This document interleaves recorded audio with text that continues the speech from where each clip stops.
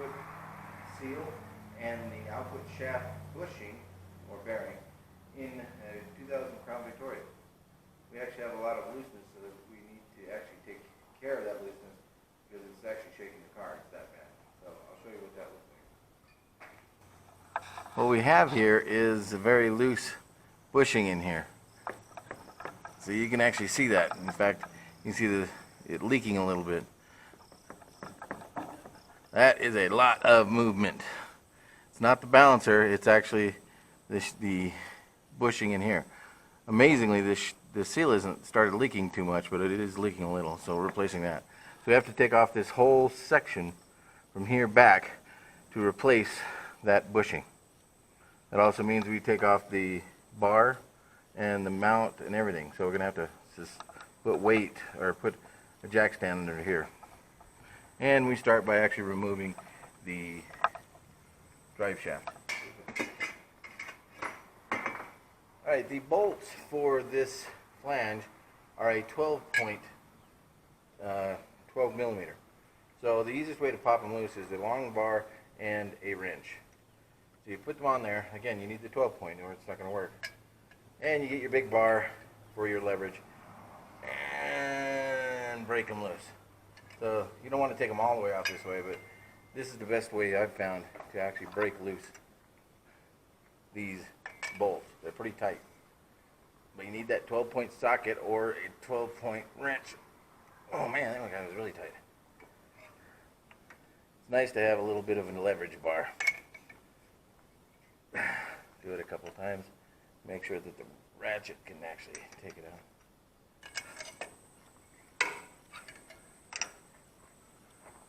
Alright. Do this one.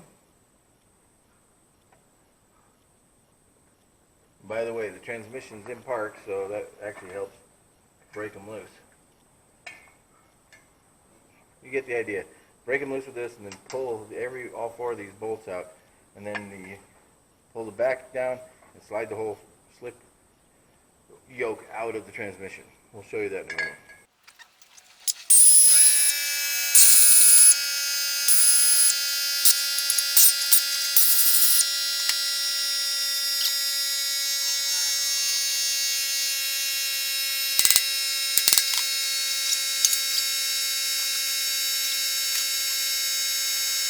To take off is this cross member and the mount, so we can get this out. You need to have this supported first. You need to support the transmission because this is the back end of the transmission engine unit. So if you were to release this, the whole thing would fall down, break stiff, and they don't want that. So you need to actually support it with some kind of jack stand. Then get the right size. This is get the right size for this bolt, and this bolt. Take off the transmission mount. We're getting rid of these guys. And I'm going to have a wrench to hold the top.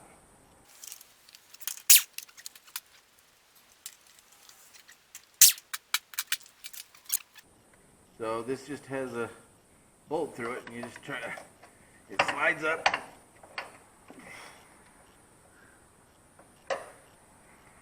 have to jack this transmission up higher. It's still holding it.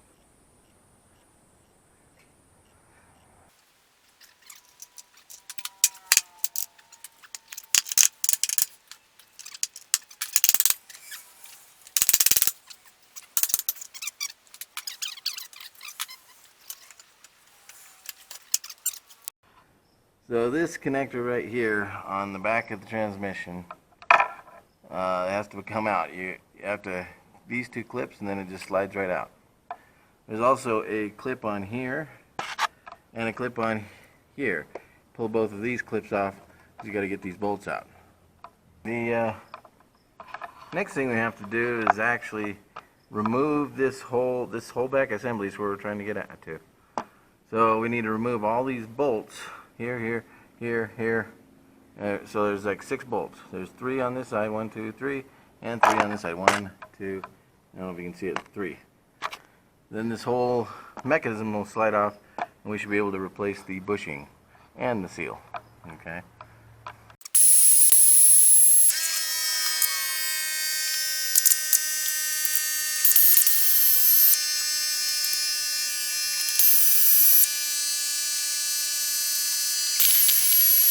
One thing I wanted to point out is you have to pull out you got to pull this, that's the gear for the speedometer. You have to pull that out first before you pull the whole thing off. That is right here. So you pull this screw out and then the whole thing comes out before you finish pulling the last bolt on this thing. So you need to pull that out first. Bolts out, now let's see if we can get this out. Whole thing comes sliding out. If I can get it out of the car, that'd be nice. There we go. It's dripping all over me. What a mess. Alright, I don't know how to get that. I'm going to have to jack the transmission back up to get it out of the way. No, but now the exhaust is coming up. It's a puzzle how to get it out of here. I got it off, but now I can't get it out. Huh. That's interesting. Wait. I can just get this one side right there. I can just get it to slide through. There you go. There we go. It's out. And now that I'm messy. So the first thing, you need to clean it up. It's a mess.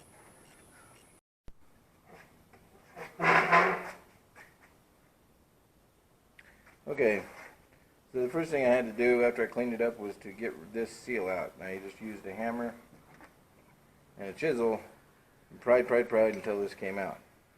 Okay, pretty much ruined. It's a one-time shot. You ruin the seal. Next thing I need to do is actually put this bushing, this brand new bushing in. The old bushing is worn out and you want to line it up. There's a hole down at the bottom, there's a hole down right there, so you need to line it up. What I'm going to do is use the new one to push out the old one. So that will actually, as you force this one in, it will force the old one out. Now, if it gives you any trouble, you don't want to mess this up, so if it gives me any trouble, I'll cut that out later. But right now, I'm just going to go ahead and try to push it in using the press.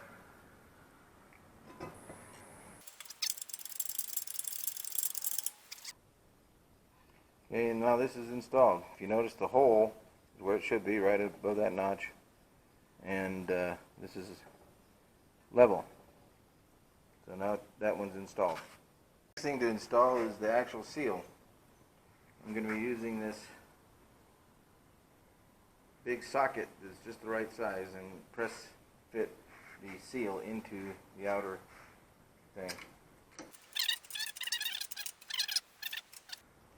Okay, now it's time to put the thing back in.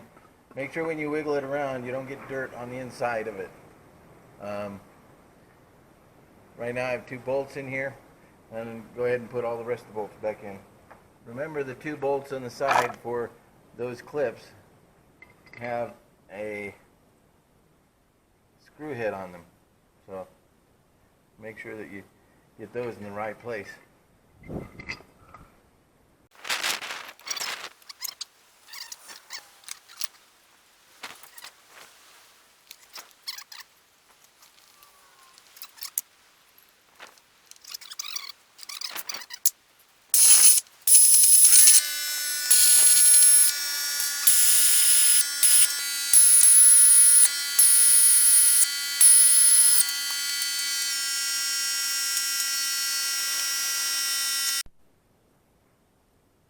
Okay, the next thing to put in is this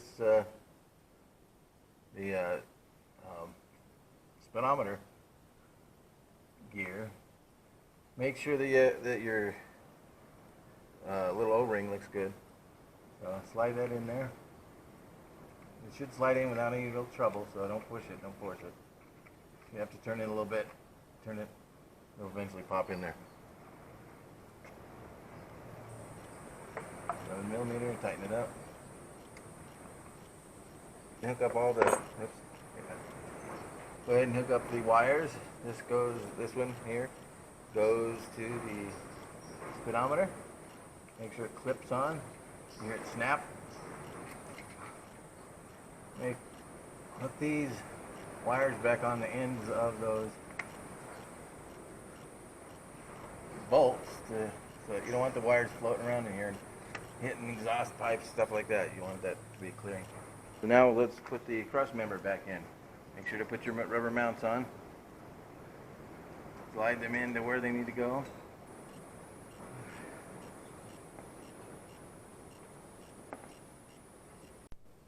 Okay, now we put the transmission mount back in before we actually bolt up both sides. You bolt up one side, and then you can get the transmission mount in. Put a couple nuts on there. Make sure they won't fall out easy. Don't tighten anything up. You just put nuts on, keep it from falling out. That's it. So don't tighten up anything yet.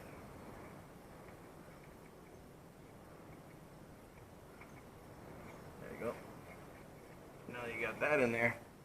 You go back to this side, which you can't see, and you put this guy back in. The rubber is sort of hard. I didn't leave a lot of extra room here.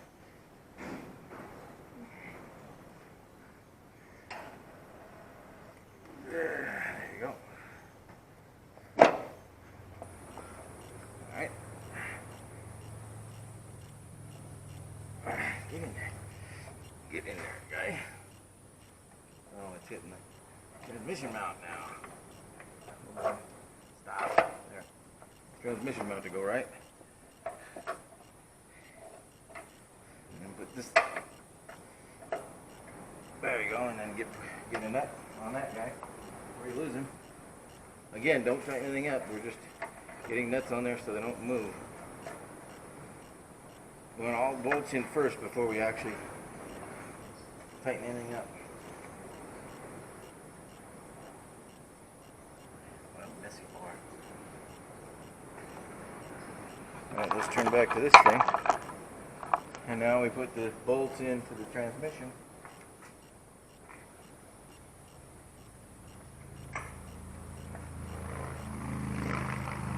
Once you get those threaded in, then you can start tightening things up. You start with transmission bolts, and then you tighten up the bar, because these things have a slider on them. That way you know you're correctly adjusted. So transmission bolts first, these two right here will be tightened up, then the bar bolts, then last is these nuts.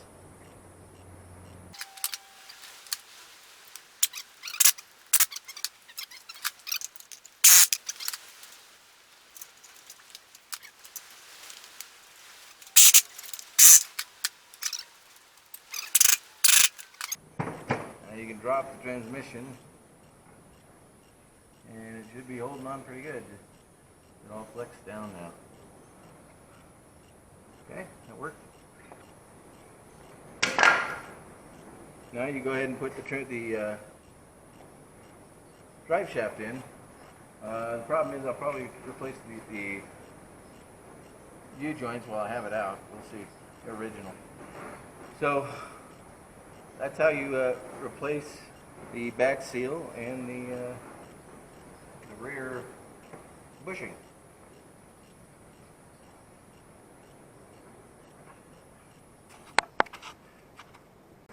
So I hope that helps if you need to replace the back rear seal in the transmission and the back output shaft bushing. So thanks for watching Brian's Budget Garage.